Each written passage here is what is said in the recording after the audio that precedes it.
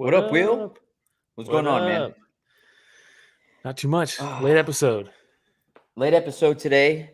Had my regular work this morning, so I apologize. Had to push it back. You're a real one, though, Will.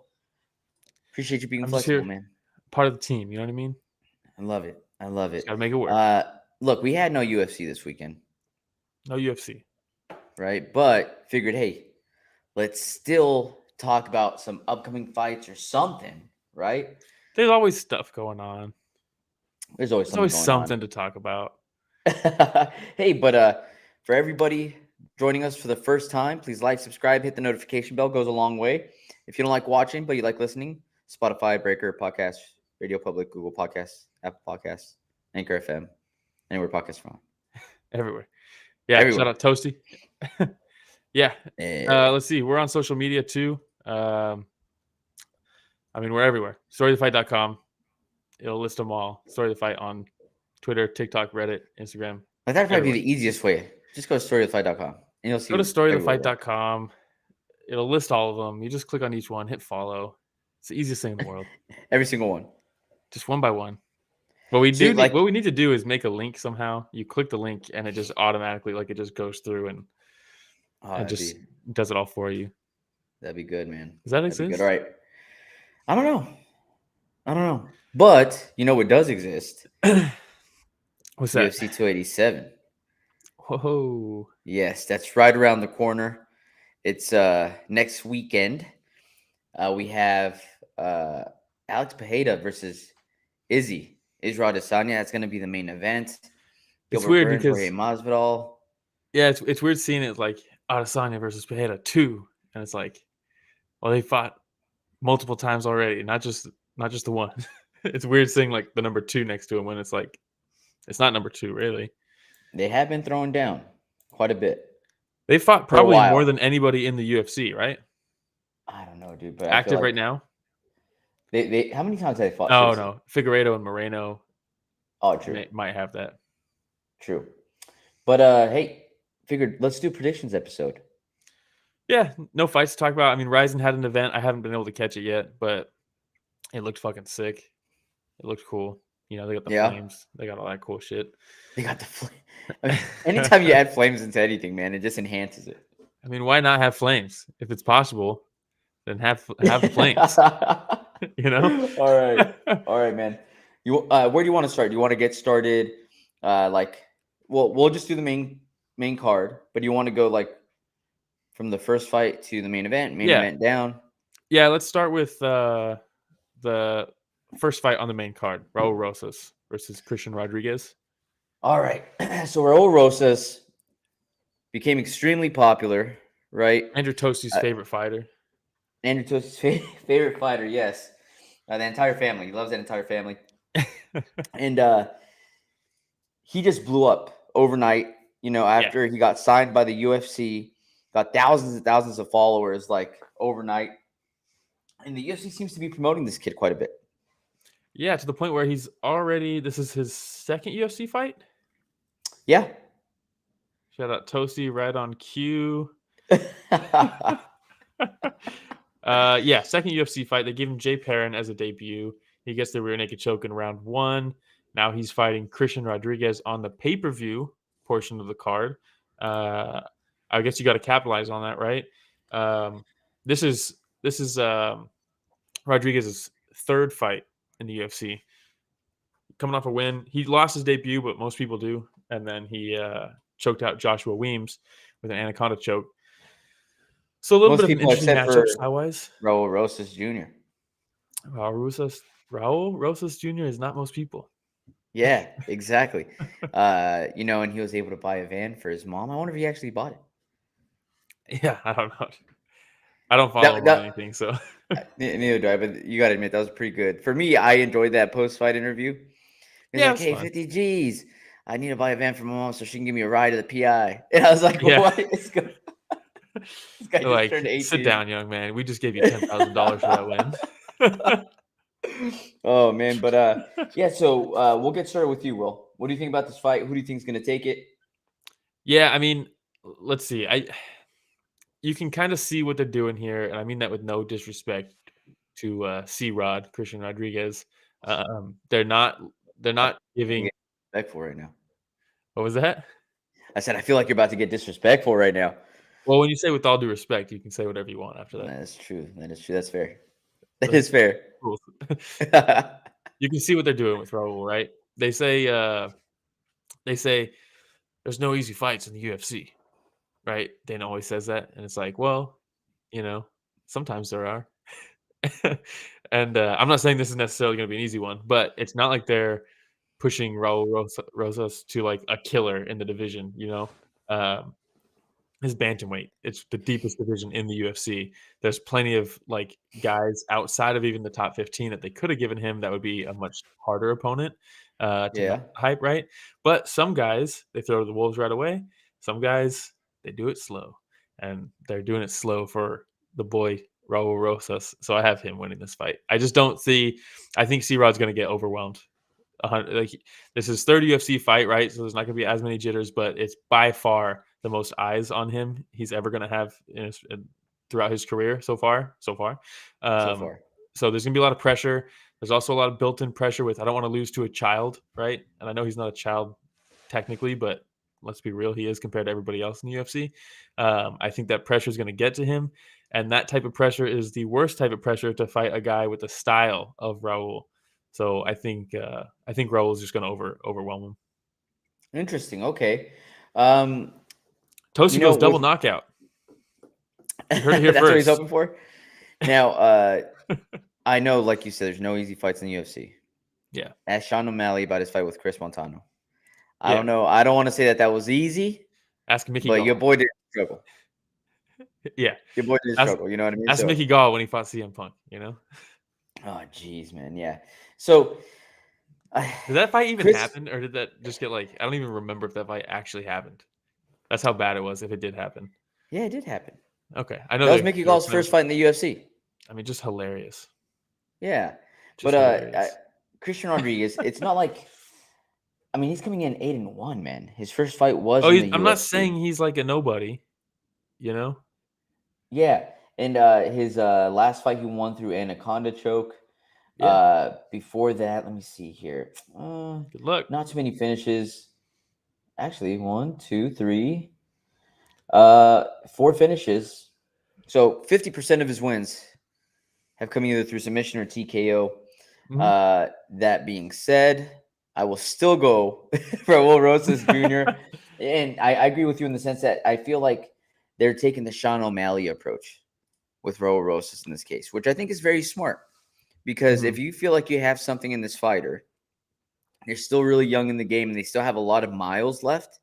Yeah. Then why not just ride this one a little bit slower in the beginning, have the buildups going, and look at Sean O'Malley now, right? He's become a way bigger star. I mean, I know part of this is also due to his work outside of the cage with Twitch and all that other stuff.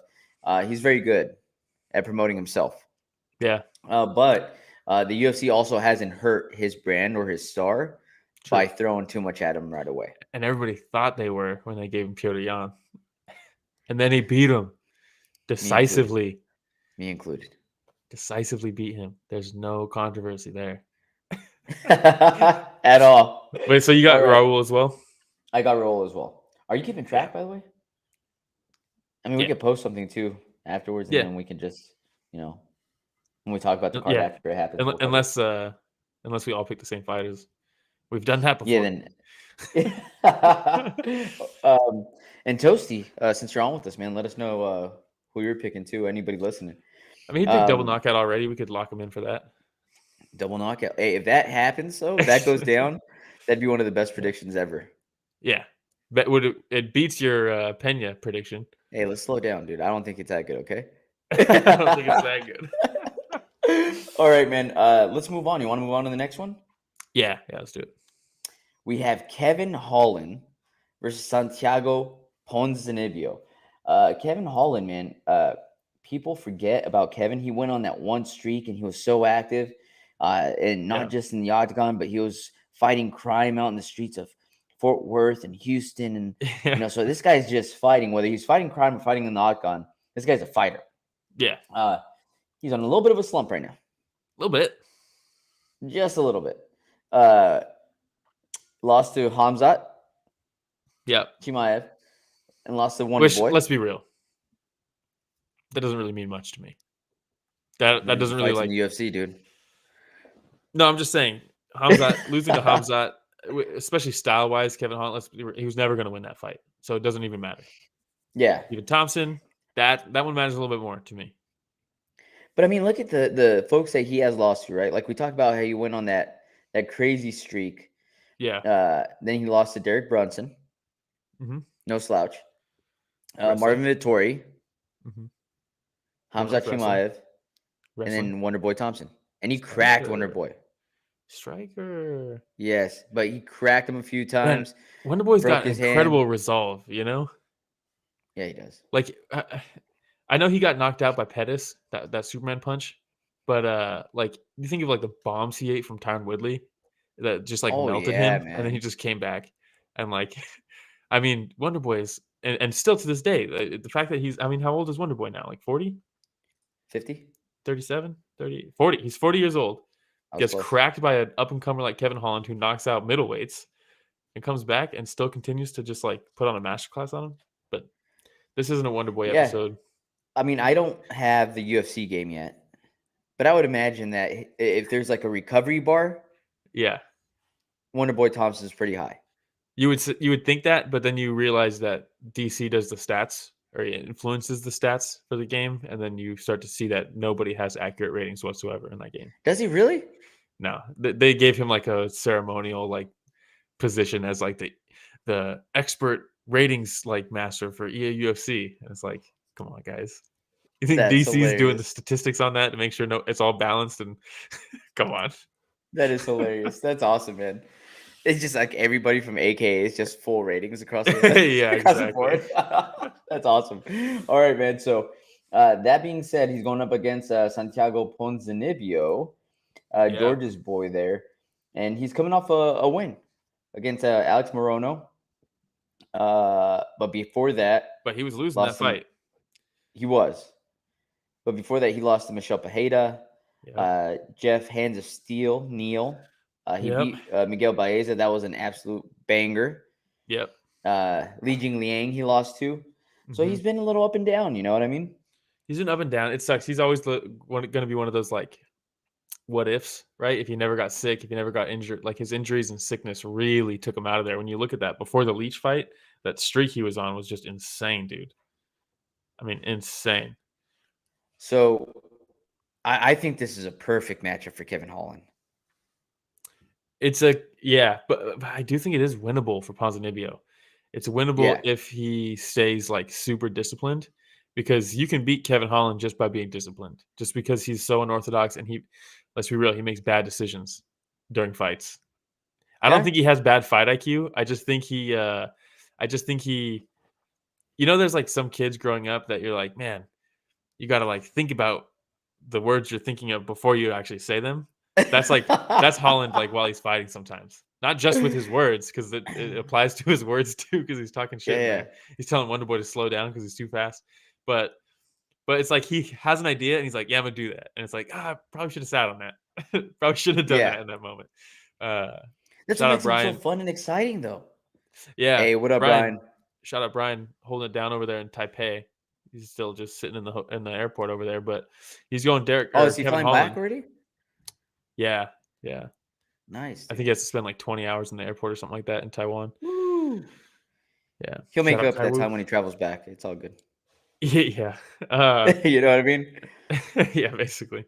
So yeah, I mean, it's a tricky one because Ponzinibbio is old for the division. He's 36. But the thing is, his 1-2 is still so good, and his footwork is very good. It's very standard, which is something like Kevin Holland can take advantage of that, because it's a little bit predictable, right? Ponzinibbio, you know what to expect. The shuffle in, the 1-2. Kevin Holland kind of excels against those types of guys because he can create angles really well, and he can catch you with stuff that you don't see. That being said, Ponzinibbio also has pretty decent wrestling. It's not like he's going to chain takedowns and or power slam you or anything crazy, but he's very good at controlling people if he needs to, especially like up against the fence. That's where he could easily squeak out a decision against Kevin Holland. Ooh, That being okay. said, can he do that for 15 minutes against Kevin Holland without getting cracked because he is older? I don't think so. I think Kevin Holland cracks him. I think he finishes him. By knockout. Yeah. Yeah. I think he knocks him out. Well, I don't know how exciting this is gonna be, We're just going right? to pick But the same guy. yeah, we're probably gonna pick the same guys, man. Because I have Kevin Holland too. Uh, I think that Kevin Holland is gonna be too fast for Ponzinibbio. Mm-hmm. His hand speed is a lot faster than Ponzinibbio, I think.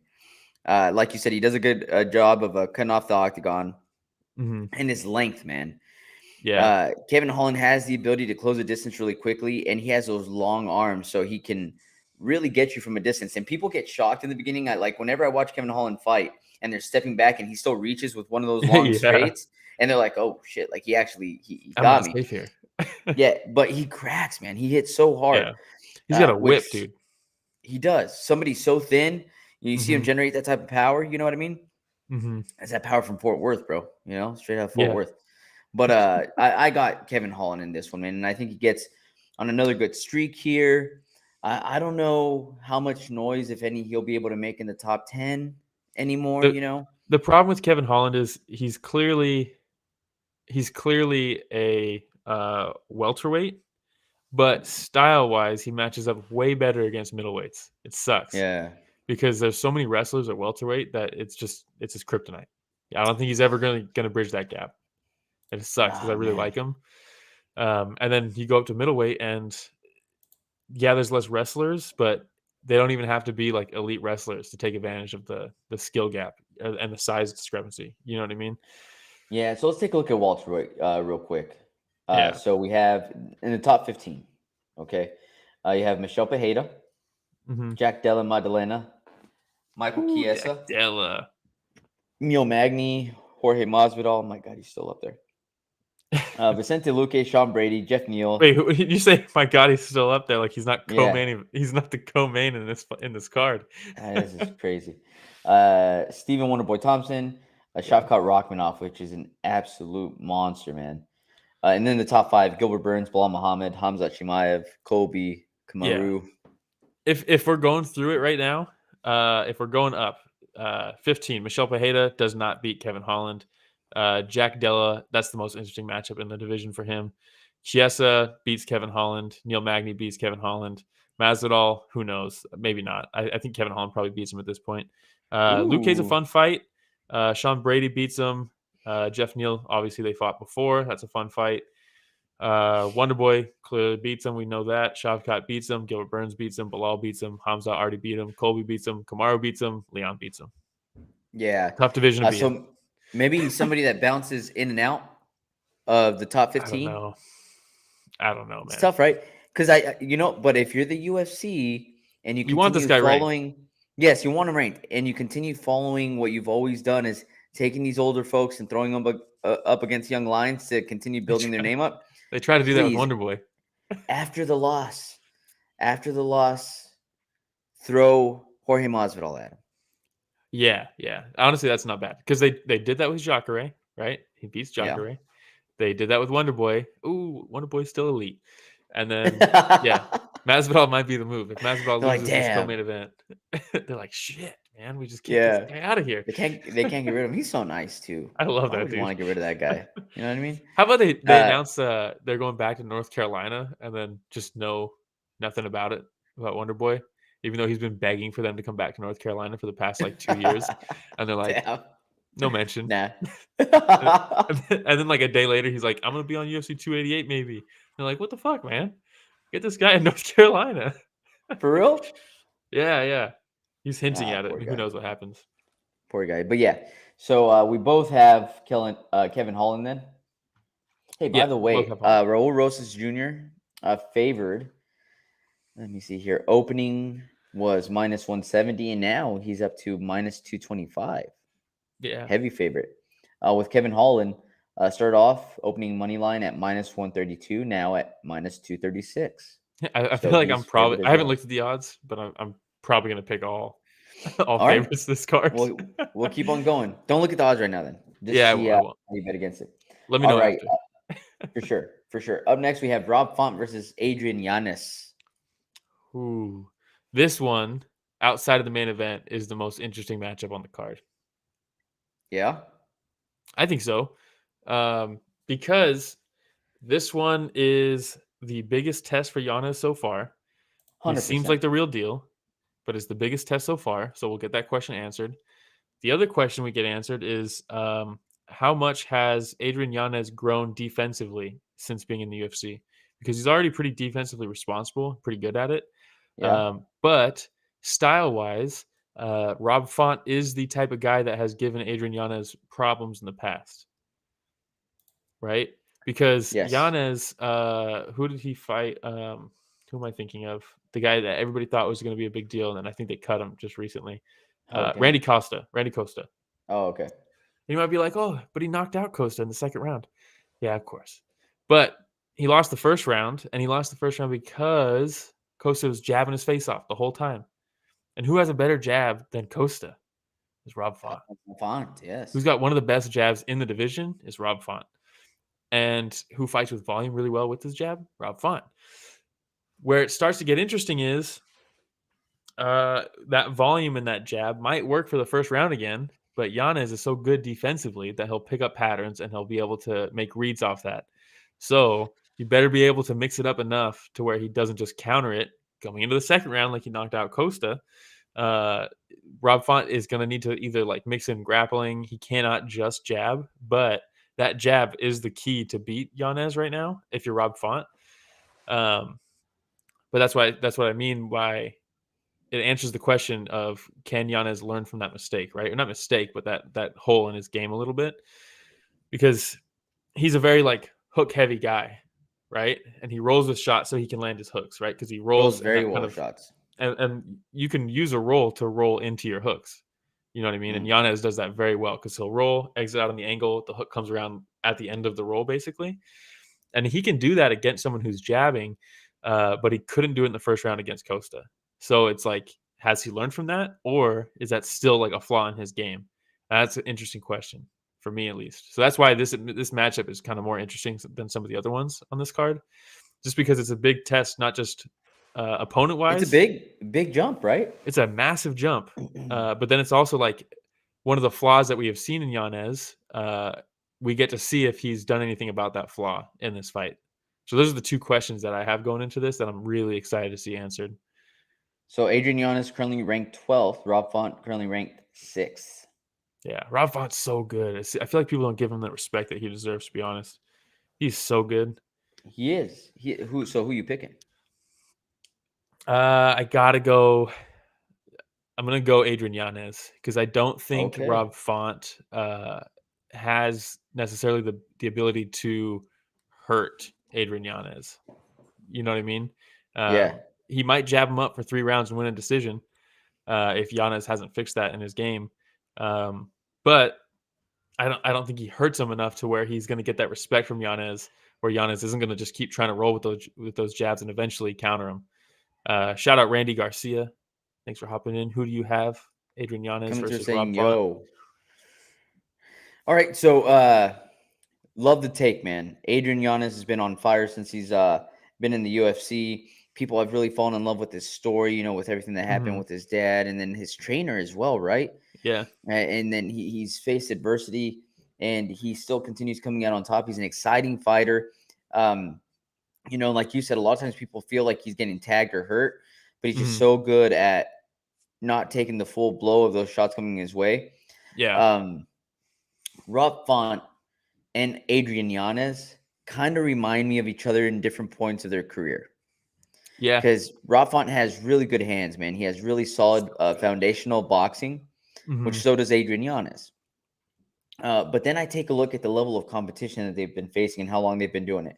Oh man. So Yeah. Rob Font he beat Matt Schnell, which everybody knows is one of the most elite of the elite. No, I'm just Hey, kidding. Matt But check Schnell it is out. tough, man. It's tough to No, finish no, Matt no. Schnell. Look, He's a savage.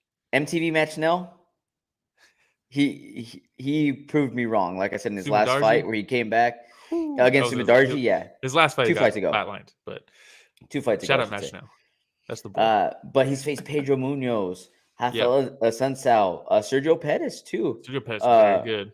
Ricky Simone's Ricky underrated. Simone, Marlon Moraes, Cody Garbrandt, Jose Aldo, Marlon Chito Vera. He's been facing like top level competition for quite some time already, right? And Adrian Yanez is just now ascending. And look, at some point, a hungry lion, a new kid on the block is going to go through and take out one of these guys that has been amongst the top for a while, right? Staple. Yeah. Yeah. I just But don't think it's quite that time yet. And sometimes that young lion bites off a little more than they could chew. yes. And I think that Rob Font is going to have enough experience and maybe not. It's going to be a good fight. Yeah, this is the most They're interesting both going to fight on tag the each other. card, other than the main event. But I think that Rob Font is going to be smart enough not to engage in some of those crazy exchanges that leads to that big Giannis hook that you were talking about, and be able to step back. And again, not going to be the most exciting fight in the world. There'll be a good technical boxing fight, and I will enjoy it. And Rob Font will have his hand raised at the end by decision. And the opening line had Adrian Yanez minus 162, current minus 185. Okay, so I picked the favorite again. You picked the favorite. Rob Font is plus 160 right now. So part of me, I was teetered. I was right on the fence on this one for a while, but then I started thinking the last two Rob Font losses, the Jose Aldo fight and the decision, yeah, and the Chito Vera, they're both fights that he was like winning the majority of the fights. In the beginning. Not just the beginning, but the majority, even the later rounds against Chito Vera, he was true. I mean, he outstruck him. Like, the numbers are insane on that fight. I think it was the largest ever striking deficit in a fight where the guy who had the least amount of strikes won, because he got outstruck like 3-1 or some crazy shit like that. But it's because he gets so comfortable with that jab and that 1-2, where he ends up getting cracked, because he just builds that tendency a little bit too long. He gets so comfortable because he's so much faster than most guys that he's just with his straight shots. But then he's in there a little bit too long, and eventually he gets clipped. And I feel like that happens in the last two fights. At this point in his career, can he make that change? That's such a big adjustment to your whole game. You know what I mean? So it's this is an interesting fight. It really is a good matchup. This is the best fight on the card. Good job. Yeah. Good job. Outside of the drama and the history of the main event and stuff, this fight in particular is so interesting. It's got so many factors. Is it too much too soon for Adrian Yanez? Is Rob Font still at the elite? Has he learned from his mistakes? Has Yanez learned from his mistake? Like, it's just so good. It's so good. I'm excited for this one. I'm really excited for it. Do you want to move on to the next one? Co-main? Yeah, co-main. How did this the co-main event? We have Jorge Masvidal versus Gilbert Burns. If you don't mind, I'm going to take lead on this one. Yeah, go for it. Because I don't want people to be like, oh, he's just going to like pick based off what, he says. No, look. Jorge Masvidal. We're both probably going to pick the exact same person. Well, no, but it's also on me because I'm like, who do you think's going to win? In the beginning. Yeah, it's not your bad. It's my bad. But Jorge Masvidal, dude. All right. So he loses to Stephen Wonderboy Thompson November 4th, 2017. And at this point, he's like, that was 6 years ago. Okay. He's like, what's going to happen to my career? Like, he goes on a little hiatus. He goes on some South American, right? Or like reality show. Yeah, it's like Road Rules or something like that. And has an epiphany. South America. Yeah. And he's like, I need to come back and I need to finish people. I need to baptize people, as he said. And he comes back and he catches lightning in a bottle, man. Yeah, he does. With the most perfect matchups possible to see his star raise faster than any other UFC fighters I can remember. Ben Askren was a terrible matchup before the fight happened. He was a terrible matchup. And then you saw what happened. Yeah, I mean, let's not say Masvidal was gifted that like a favorable matchup there. But I don't think it was a tough one either, man. Hindsight 2020, that Ben Askren matchup was nasty. Omar says Masvidal lying about that reality TV story. Man's just saw Scarface for the first time and ran with it. He definitely looks like a character from that movie. He definitely from like glad GTA, to hear people say that, or anything like that. But so knocks out Darren Till. Yeah. Right. And then he goes and fights Ben Askren. Now, again, Ben Askren, I know you're like, hey, that was a tough matchup. I remember the fight against Robbie Lawler too, where I wasn't too impressed with Ben Askren True. then. I think He that Ben lost that fight. Askren, That was a a weird fight. young Ben Askren, Oh yeah, it's not even close. would have been a way tougher matchup for But that's Masvidal. but that's what I mean. Hindsight, we didn't know that. I guess maybe with the Robbie Lawler fight, I forgot that fight even happened. I scrubbed that from my memory, just like the CM Punk fight. But That was uh, awful. it was It was awful. awful. Yeah, And terrible fight, terrible or reffing. It yeah, was bad. yeah. But classy Robbie Lawler as always. Super Yeah, classy. And okay, flying knee and knocks Ben Askren amazing. back into Ohio or Nebraska, wherever the hell he's from. Yeah, And then his popularity soars. yeah, as it should have. And then, yes. And then you have Nate Diaz, A lightweight. right? Perfect timing too, because Nate Diaz popularity is right there also. Jorge Mhm. Masvidal, he calls him out, and they put the BMF belt or battle together, East Coast versus West Coast. The UFC did this entire They ridiculous brought the show of it, Rock right? in. The hell were they doing Yeah, with what that? are you doing? The XFL, part owner of the XFL, Rock. That guy? Really? Yeah. Uh, Yeah, he's part owner of the XFL. one of the worst actors in recent years, The Rock. Oh, dude, take it easy, man. He's not Oh, that bad. he's so bad. What's that one where he's a football player and a tooth fairy at the same time? Yeah, Come I don't know. on, he You was know what great in movie I that did movie. like with The Rock? The Rundown. You ever see that? Jumanji. No, Jumanji was awful. The The Rundown. Rundown, never seen that. It's actually a pretty good movie. Oh, I say that I saw it when I was like 10 years old. Maybe it wasn't as good You as I have to thought it watch was, it but again. but he But just yeah, plays this. so He plays himself in everything he's in. and look, he fights Nate Diaz, Hmm. cuts him up. It was a doctor As is stoppage. tradition. You right? Yeah. And then so his look at who he's beat. We all I know mean, what it's Darren crazy Till to is at tell. this point now. We all know what Yeah. Ben Askren is at this point now. Nate Diaz, we love Nate Diaz. Absolutely love Yeah. Nate Diaz. Big fans. But we going in, even you said you're like, dude, he's just too small for Masvidal at this point in his Yeah. career. Not a good matchup. And then he fights for the title. Well, let's be real.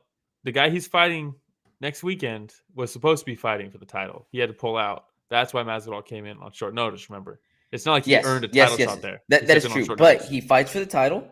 Hmm. Then he gets a rematch. That's where it gets weird. But that's he played the game, right? Oh, I only lost that fight because I had to take it on short notice. I was eating a pizza when they called me. You know what I mean? All that stuff. With a real weight cut, I'll beat him. And then it's even worse. Loses to Colby Covington. Yeah. And now Well, he's fighting let's Gilbert not gloss Burns. over the fact that he got flatlined by Usman. He did. And it was Absolutely poetic, right? flatlined. Because it was It was talking about beautiful. baptizing people, and then he gets baptized. The water's all over And him. the Looks water, like the it sweat. looks like a painting from like the Bible or some shit. It was perfect. And he cocked that right hand back, man, and just all the way across his body. Landed right on Did the you chin. hear you hear Masvidal talk about it on Rogan's podcast like a couple And he weeks says ago? like the first time he was ever knocked out or something like that. First time he's ever been out cold like that.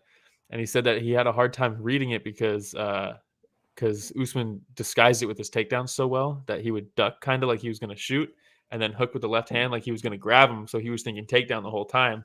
And then before he even knew it, the hand was coming over the top. And it was Oh, like, dang. damn, it's kind of cool to hear him talk about it like that and not just be like, yeah, he's a bitch. You know, like it was Yeah, cool yeah. to hear him like actually Can you like imagine being in that talk situation about. too? Like you I just like know. look over to your left and you're like, oh, dude, this is gonna Uh, land. And you know yeah. they say that the shots that put you out are usually the ones that you don't see.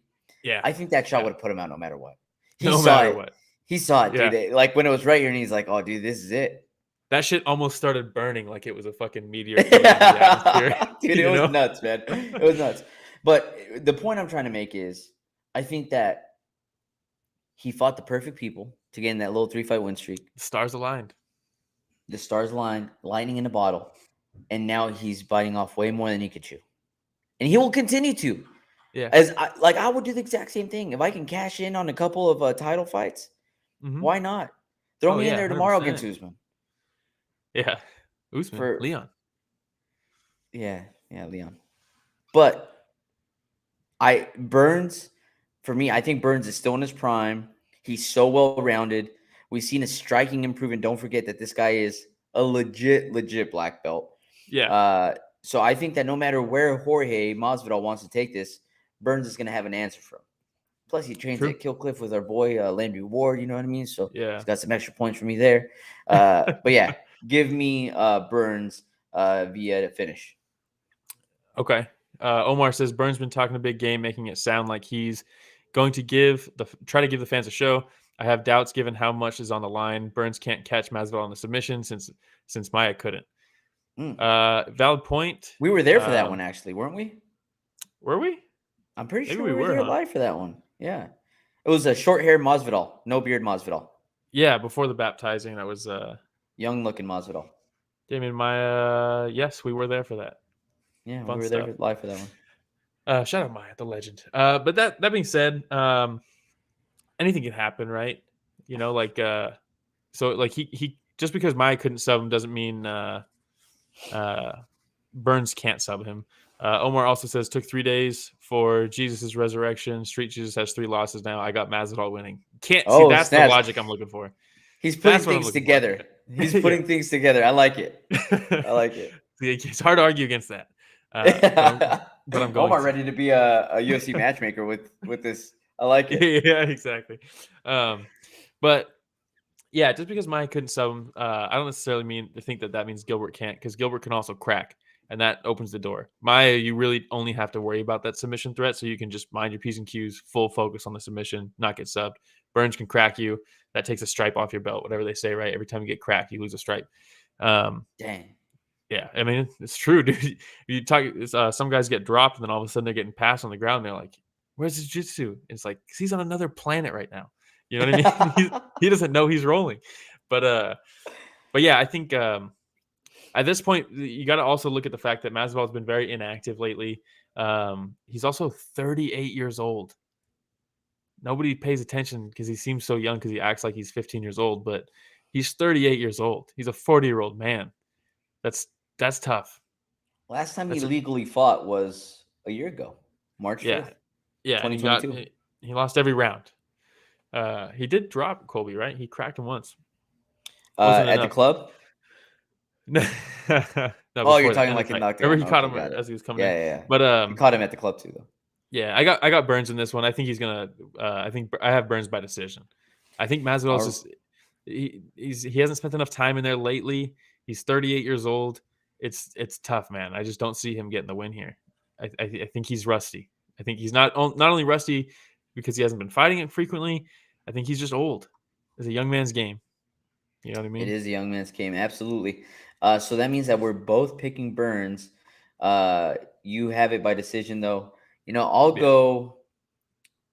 You try to pick the round right now? I guess I'll go TKO. TKO. I'll go on a limb here. Say TKO. Mm-hmm. He's actually coming in the largest favorite of the night. Burns so you got minus 465. Masvidal's 38 years old. Minus at welterweight. Yeah.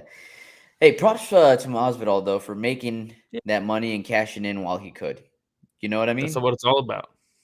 That's what it's all about, man. Now he drives around in a range, you know, snapping necks and cashing checks. Yeah. Good for him, man. All right. You ready? The big one? The big one, dude. This Alex Pereira versus Israel Adesanya, dude. I'm really excited for this one. I really am. Yeah, same.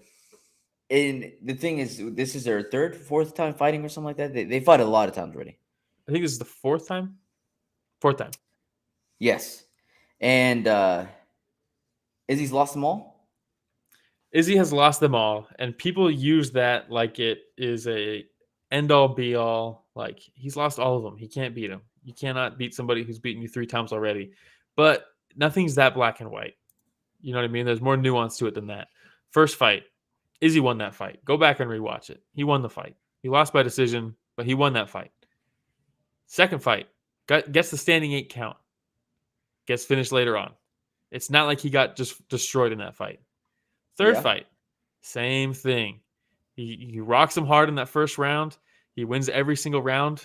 Gets knocked out in the 5th round. If there was a few more minutes left, he wins that fight by decision. I'm not saying that the wins don't matter. That I'm not trying to discount what Pereira did, but for people to say he's 3-0 against him, Izzy has no chance, it's not that simple. That's all I'm saying. Yeah, man, and I mean, what a What a mind fuck it must be, though, huh? If you're Yeah, it's gotta be Izzy, bad. it's Gotta be gotta be bad. pretty bad. And yes, I know. Like the first one here, 2016, lost by decision. Yeah. 2017, so a year later, on March 4th, 2017, he loses, like you said, TKO. They give him And a then you just TKO. go, He got yeah. KO'd, man. And then you just go on this massive win streak, and you become one of the darlings of the UFC, and everybody Where you loves look you. And unbeatable. you're going up against legends, and he takes out Marvin Vittori, Brad Tavares, Derek Brunson. Remember that one too, where they're talking so much trash, and everybody's like, "Hey, Yeah. this is a big test, A man." wrestler. Yes, and he just takes him out, and then he fights Anderson Silva, and you're like, "Oh my god!" It's like the Pereira's in the passing of corner. the torch. But yeah, He's in the and then corner of Silva. dude, one of the best fights I've ever seen. Calvin Gastelum, he's standing up in the corner. He Yeah. says, "You can't beat me. I'm ready to die." Like boom, boom, boom, and then okay, he's human. Yeah. He moves up in weight. He fights Jan Blachowicz. But then me personally too, I'm like, excuse. Yep. Big dude. And Jan Blachowicz is a big light heavyweight, and Big boy. he was able to kind of just lay on Izzy quite a bit, and so I'm making all these excuses in my head. Mm-hmm. So in my head, Izzy's still superhuman. And also, let's be real. Like excuses, I know people shit on excuses, but some are legit. Not all excuses are the same. You know what I mean? True. Some are True. legit. Yes. And then Marvin Vittori takes him out again, right? Yeah. Sorry, Italy. Robert Whittaker. Sorry, Italy. Not this time. And this fight was a lot closer against Robert Whittaker. Mm-hmm. I think Whittaker won that fight. Sorry, Australia. Sorry, Australia. And then he fights Jared Cannonier. Yeah. Right. And at this point, people are like, is he starting to become more reserved? Mm-hmm. His fights aren't as exciting as they used to be. Something's different about Izzy. And then comes in Alex Pereira. And dude, when I saw that, I locked it in. I said, "Give me Izzy," by decision. Mm-hmm. And I thought it was going in that Done direction. deal. Yeah, and it was done deal. And Alex Pereira just comes in like an absolute monster, native of Brazil. Have you seen him with that war paint? I think we showed it on the podcast before. Scary individual, dude. When he comes in for the weigh-ins, scary individual. And that dude. Shout out C West. He says, "You eat dookie." Thanks, man. I appreciate it. Thanks for the engagement. It helps our stats. Yeah, absolutely. And there it is. Alex Pereira's a new champion, and now Never fought a wrestler. We have this beautiful storyline now, though. Yeah, 100%. And WWE now, boys. And I know he's lost 3 times to Alex Pereira, but still, it's an awesome storyline for us to have going into this fight. But I think Izzy still takes it. You still have Izzy. I still have Izzy, man. It just and hey, shout out Omar Romero, hype me up with this recap. Keep it going. No, I'm getting goosebumps right now talking about it, man, because these are the fights are awesome. The fights are awesome. But this is one of the reasons that I absolutely love mixed martial arts is because you have some of these crazy stories. This is crazy stories leading up to it. This is what cements legends. You know what I mean? Because if Izzy wins this fight, which he's more than capable of, people are saying it's a done deal. He's more than capable of winning this. If he wins this, they're gonna do an MMA third, and whoever wins that's the stuff of legends. You know what I mean? That's the type of shit that goes down in history. C West says, "All love. I got Izzy though. He has to look for the finish though.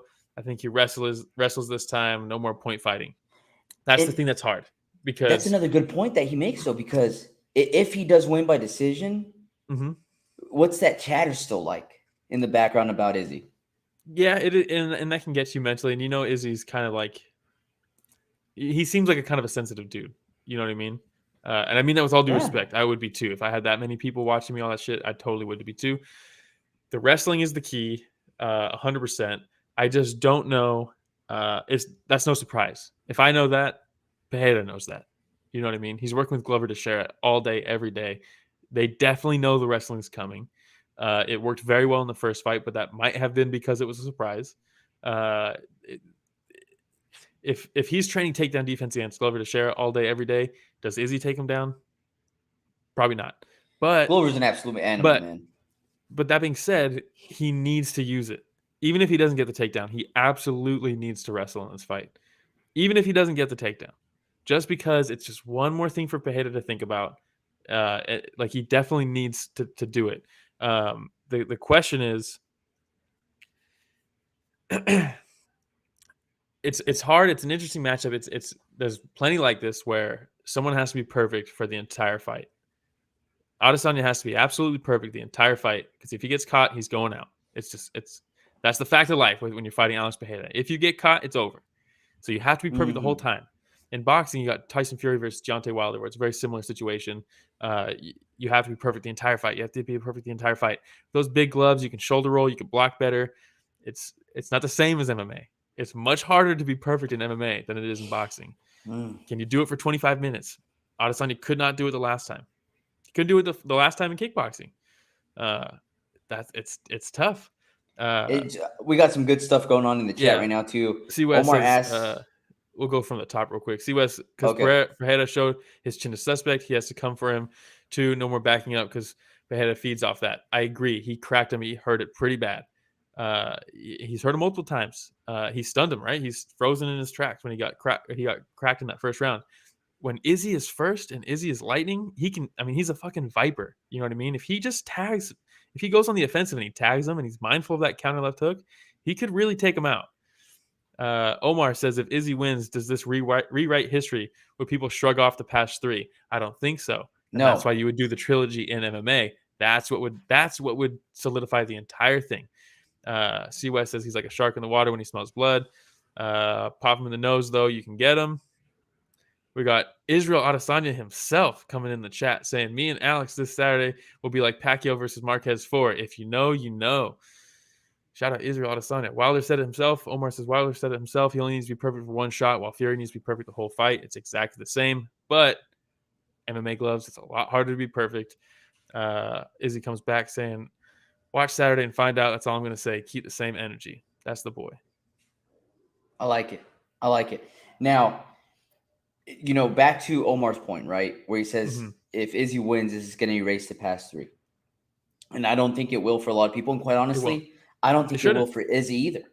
No, and I think that he's going to want that trilogy to solidify, to cement his legacy, you know. And then at that point, when Izzy takes that fight, then I think that he can ride off into the sunset if he wanted to. If you wanted to, definitely. If you wanted to. Because what are you going to do? If Izzy wins again, and I know Alex hasn't held the belt for very long, and people are going to be like, well, why give him an immediate rematch?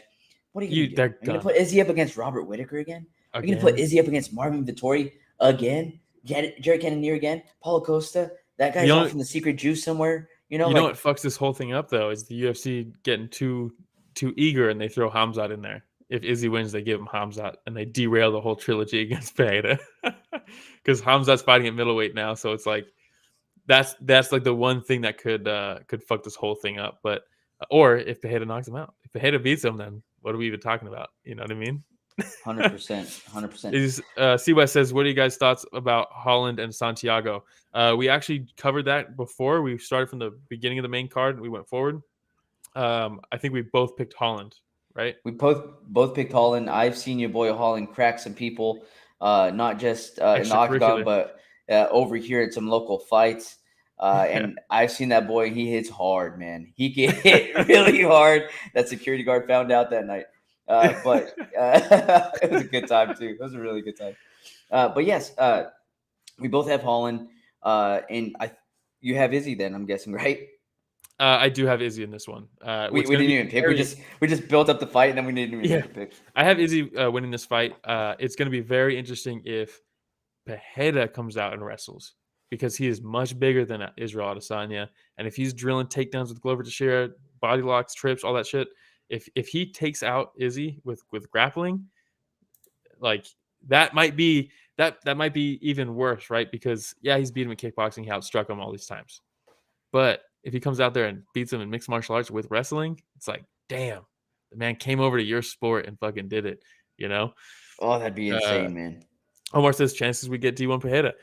It's a very real possibility. If Pereira comes out and wrestles, it's it's such an interesting matchup, because both of them have terrible grappling.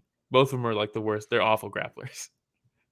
You know what I Hey mean? man, you're saying that while Izzy's Well, on Izzy's the in the chat. chat. Yeah, Izzy, yeah, dude, yeah. No, Izzy actually is pretty decent. He's done some his fun stuff takedown on the defense ground. is pretty good too. Yeah. Let's see. We got who say I bet the last 4 mains correctly. Hope to make it to 5. I got Izzy winning by finish round 3. That being said, this Ooh, fight doesn't go the distance either way. I like it. I like it too. I like it. Uh, I'm sticking with who then. See I what picked says Izzy too. Pereira is a lightweight, borderline heavyweight, man. He is massive. Have you seen the picture of him next to Jalton Almeida that they just posted? Yes, He's yes, bigger than him. it's insane. I don't know how he makes weight. And this is the thing too, man. Let's say that he, let's say that, let's say that he beats Izzy again. Mm-hmm. What are the chances of him actually going up to a light heavyweight It'd be the and smartest move for avenging him. Glover's loss? It would be the smartest move for him. Jamal Hill's a very winnable fight. And then it sets up the Yichiri Prohaska fight, which is massive. See Jamal Hill in the chat now. Yeah, because you know who's coming. If Pereira wins this fight, it's Hamzat, and Hamzat wipes the floor with him. Yeah, You know what I mean? Yeah, but if he also, oh my God, there's just so many possibilities because if he does win in middleweight, and he decides to hang out in middleweight, then it just opens up the floodgates for all the different matchup possibilities. Yeah. C West says Jamal is dangerous, and he is very dangerous. And he can actually wrestle. That's the big part here. Striking wise, it's nothing that Pereira hasn't seen before, and it's just more and more time for him to get that takedown defense. Training with Glover, it's a. I'm not saying it's. Maybe I did say it was easy for him if he goes up and fights Jamal Hill, but I shouldn't say that. You did Nothing. Yeah, nothing's easy, right? But it is a very it is a very favorable matchup, I should say, for Pereira. But I do really Yeah. like Jamal Hill. And so the opening odds, let me pull it up real quick. We had opening odds at Izzy minus 154 and current minus 137. So things are starting to swing a little bit. Favorite. Yeah, things are starting to swing a little bit though. Fun stuff. So yeah, and that's it. Hey, first I want to say shout out C West, shout out shout out 9. Thanks for joining us there. We'll just Of leave course, it at that. 9. Omar, Omar coming through Izzy, again. Israel Adesanya for joining us. Toasty Omar, Brian. Toasty Have Brian, fun in Taiwan. Randy Garcia. It's always so much fun whenever people join us live and let us know who they pick as well and give us their takes because we've seen some solid takes from these folks on the chat also. And if this is your first time listening to us, please like, subscribe, hit the notification bell. Shout out Life of a Grandmaster Troll. This is what I like to see. Racial unity. Let's see. I mean, what are we doing here? We're winning. You know what I mean? I like it. It's a beautiful show. It's a beautiful show. We try to bring people together through. He says, make sure you all subscribe. Thank you so much.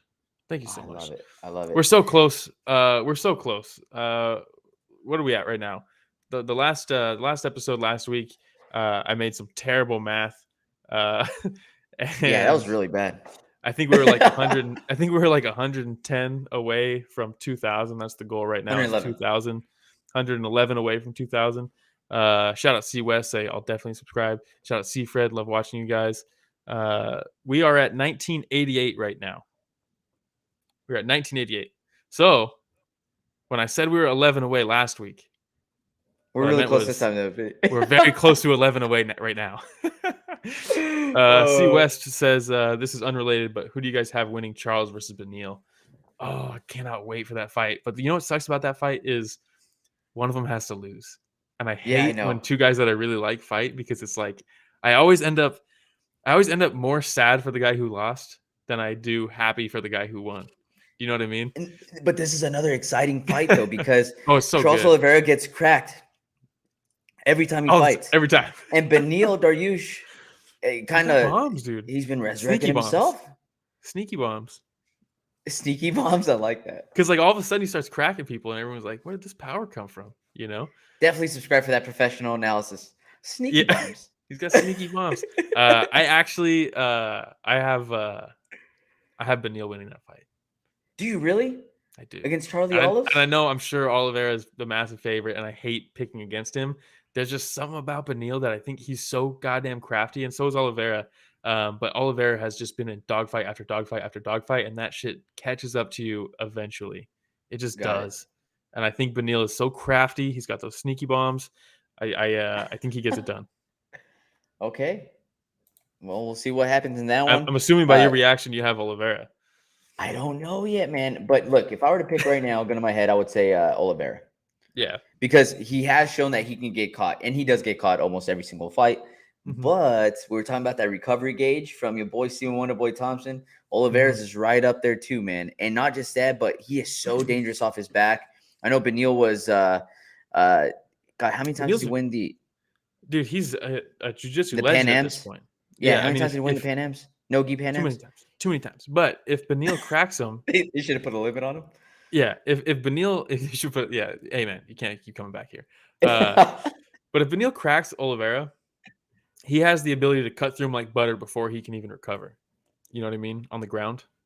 He Yeah. just has that ability. Same thing with Islam, right? When Islam cracked him, he jumped right into the choke. He passed, choked. It was over before he could even recover. Beneil has that same skill set. I'm not saying 8 Beneil's fight win better streak. on Beneil. Beneil Dariush. Holy smokes, dude. He's good, 8 man. fight win streak. He's good. All right. Oh, he beat our boy Frank Camacho too. Don't even remind me. Shout out to Frank Camacho, by the way. Yeah. Our first fighter interview. He was at actually Story of the Fight. He was just in Japan too, same time as Brian. I was gonna text him and be like, shit's on "Hey, the look out meetup. for my brother." Yeah. Yeah. All right, everybody. Again, shout out C West, C Fred. Life of what was that one again? Of a Grandmaster troll. Coming I love through. it. Doing the opposite of Who? trolling. Appreciate 9 it. Omar. Yes, absolutely. Who else do we have? Randy, Brian, Toasty. Omar, It's so Toasty. much fun. All right. You got anything else, Will? No. Thanks, everybody. We will be live next week, Sunday morning, 9 a.m. Pacific, to recap these fights. Hopefully you all are there. And if you're coming in late after this, leave your comments down below who you have for each fight. It'll be fun to cross-reference, go back on the live show next week. Fun times. Awesome. All right, Will, this was fun. Yep. All right, this episode was produced by me. Yeah, not Richard Bustos this time. He'll be back next week with us, hopefully. And, so it'll be a smoother show. Thanks, everybody, for listening to another week of Story of the Fight.